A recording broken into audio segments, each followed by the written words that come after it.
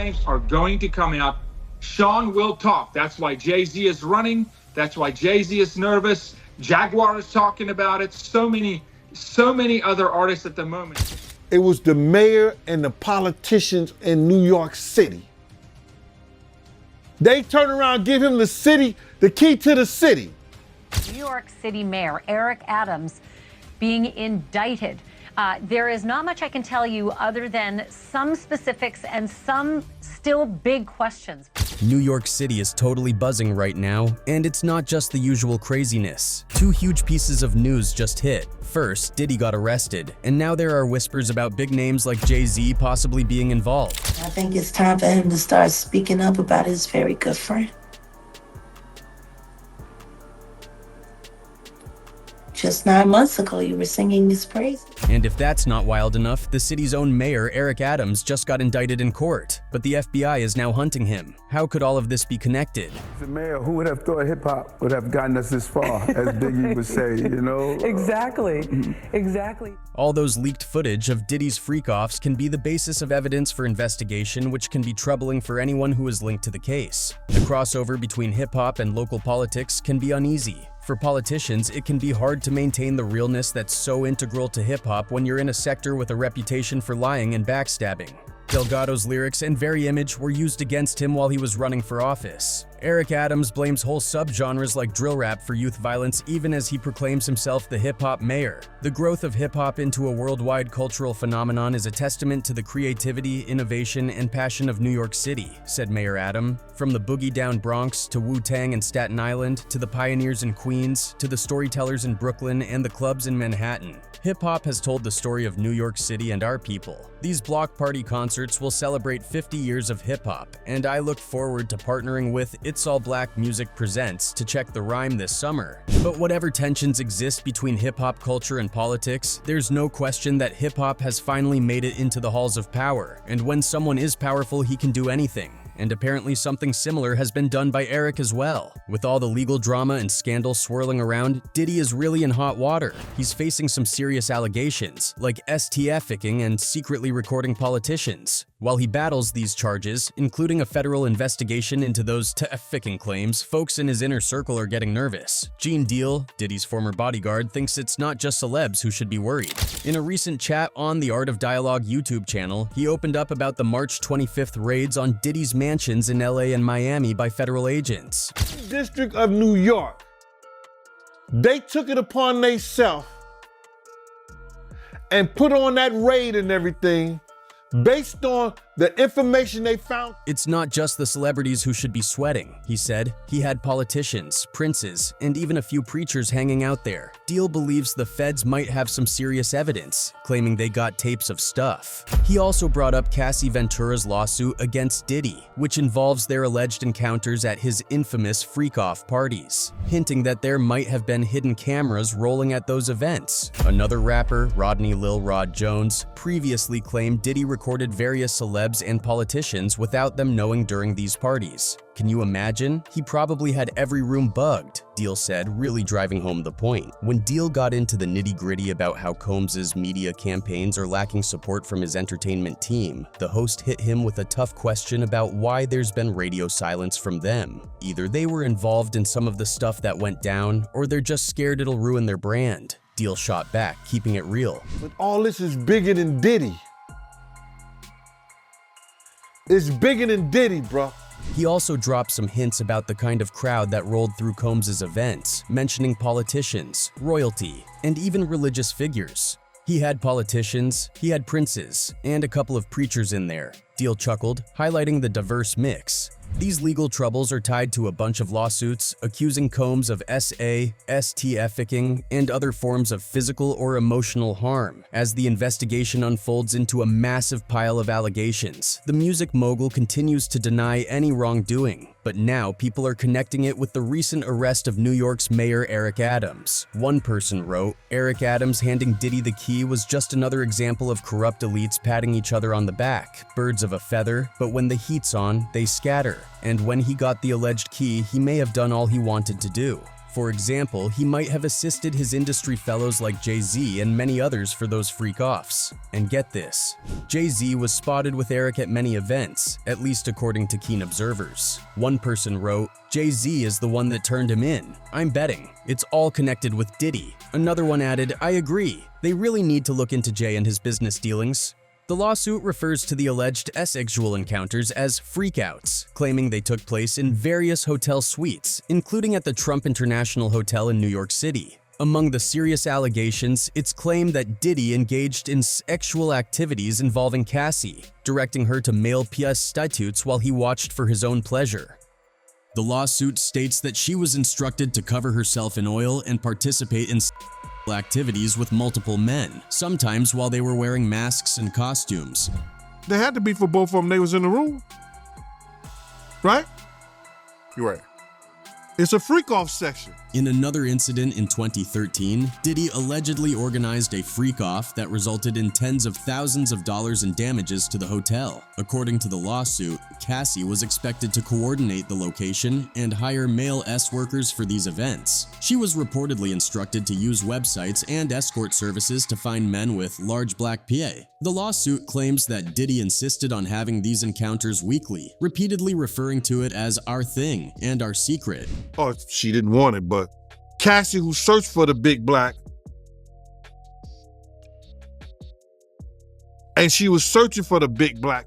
Cassie claimed that these freak-offs often went down in hotel suites, including the Trump International Hotel in Columbus Circle, L'Hermitage Beverly Hills, the London Hotel in Los Angeles, and intercontinental hotels around the country. Allegedly, Diddy's assistants played a role in setting up these events by providing baby oil and lubricant. The lawsuit states, as Mr. Combs always supplied Miss Ventura and the S-worker with copious amounts of D before and during the FOs. Miss Ventura was given ecstasy, C, GHB, ketamine, M, and A in excessive amounts during FOs, which allowed her to disassociate during these horrific encounters. It became commonplace to get IV fluids in the days after an FO to recover from the excessive substances pushed upon her. She claimed Diddy would ask her to pour excessive amounts of oil over herself before he instructed her and the S-workers what to do. Mr. Combs would say things like, "Grab that big black D," and ask her, "How does it feel?" as he directed her to perform for him, the lawsuit states. Diddy allegedly used his phone, laptop, and tablet to film the freak-offs, treating it like a personal art project and adjusting the lighting. So if he want to see it, and he want her to touch it, that other person in the room with her just might want to feel it. It seems some of Diddy's former employees are starting to talk to prosecutors. A source close to the situation revealed that at least one male worker is gearing up to take the stand, and the stories they have are even juicier than what we've seen in this week's indictment. Prosecutors have already spoken to over 50 victims and witnesses, so it's clear things are about to get a whole lot more intense. Low level would be, let's just say, the housekeeper who picked up after one of the parties. But a high level enabler would be someone who lured the women to come into the parties. Medrano hinted that Diddy might not have been the only big name involved. It's likely Combs wasn't the only famous face in the room. I have no doubt that perhaps there are some other high-level celebrities, high-profile individuals who attended these parties, participated in them. It looks like everyone had a pretty good idea of what Diddy's parties were really like, and it hasn't exactly helped Beyonce or Jay-Z's reputations. Rumors were swirling, and people were definitely giving them the side-eye, suggesting that Bey was right in the thick of the drama at one of Diddy's infamous bashes. But wait a second, there's a twist that kind of puts a damper on all that gossip. DaBaby's testimony about that night? Yeah, it's crumbling because sources say Beyonce had already left by the time he even rolled in. So this whole situation might just be another case of rumors getting way out of control. In Diddy's living room. Jay-Z and Beyonce's story is so wild it feels like it could only be real, but there are definitely some flashing red flags in their relationship that can't be ignored. Fans have been piecing together the timeline of their romance since it began, which makes sense given how little info they share about themselves. The tabloids and hardcore fans have fueled all sorts of rumors, but their music has added to the intrigue too. It's interesting how they can be super private at times, yet don't hold back when it comes to airing their dirty laundry in their songs. Maybe it's because this power couple knows exactly how to play the game, especially with everyone so curious about the details of their relationship and wedding. We were never a celebrity couple. We were a couple who just happened to be celebrities. The rumors about Beyoncé and Jay-Z's infidelity back in 2005 just won't go away. Speculation swirled that Jay-Z might have had an affair with his protégée Rihanna, which definitely added some drama to their story and grabbed public attention. Some reports suggested that those rumors were just cooked up to boost Rihanna's career, but regardless, it marked the beginning of several accusations aimed at Jay-Z. The next wave of infidelity talk came from Beyoncé herself, as she dropped not one but two songs on her 2006 album Day that dealt with cheating, and her fans were right there, supporting her through it all. Recently, 50 Cent brought up another eyebrow-raising moment when Beyoncé jumped in to defend Jay-Z. During a chat in Las Vegas, when 50 Cent went to greet Jay-Z, Beyoncé leaped off a windowsill to protect her husband. It's clear that their bond runs deep, even amidst all the drama. She jumped out, she was like, "Go, go, go." And I'm like, wait, what is she doing? That stuff, that's me and Jay-Z stuff. While 50 Cent's clash with the Big Pimpin' hitmaker never escalated into a full-blown feud, unlike his ongoing beefs with Ja Rule and Rick Ross, things weren't exactly smooth between the two in the early 2000s.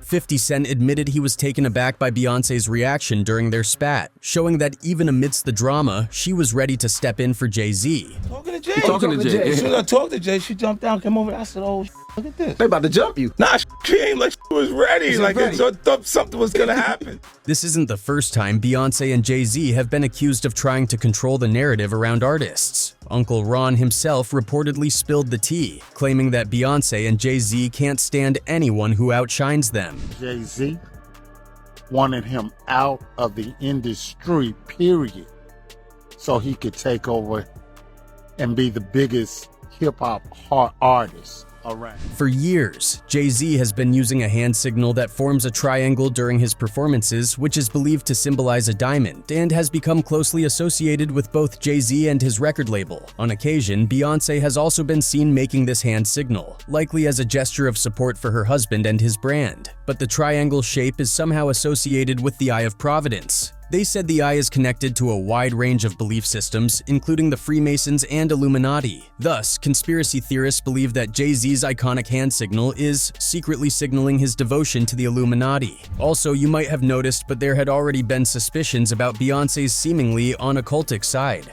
Way back in 2018, Kimberly Thompson, Beyoncé's former drummer, had accused the singer for extreme witchcraft and magic spells of M. Seemingly, this was what she said.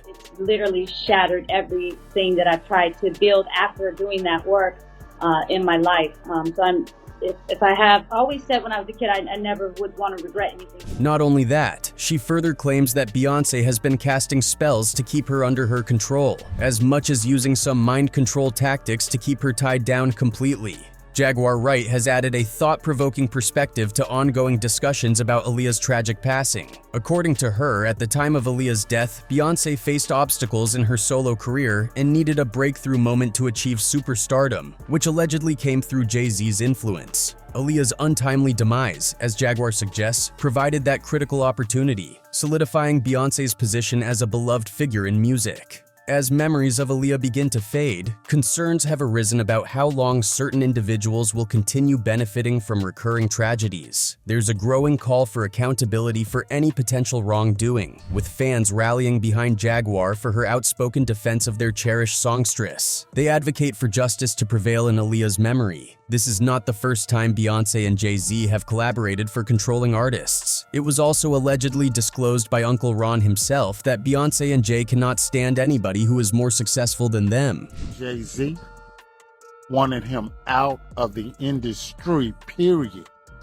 so he could take over and be the biggest hip-hop artist around. Looks like Jay-Z's name is being dragged back into the spotlight over Kathy White's death again. Remember a few years back when there were all those rumors about Jay supposedly having a side chick named Kathy White while he was married to Beyoncé? Well, things just got a lot juicier. Turns out, Kathy passed away under mysterious circumstances, and that kicked off a frenzy of conspiracy theories. Well, did he take advantage of power given to him by Diddy through the mayor? The investigation will reveal.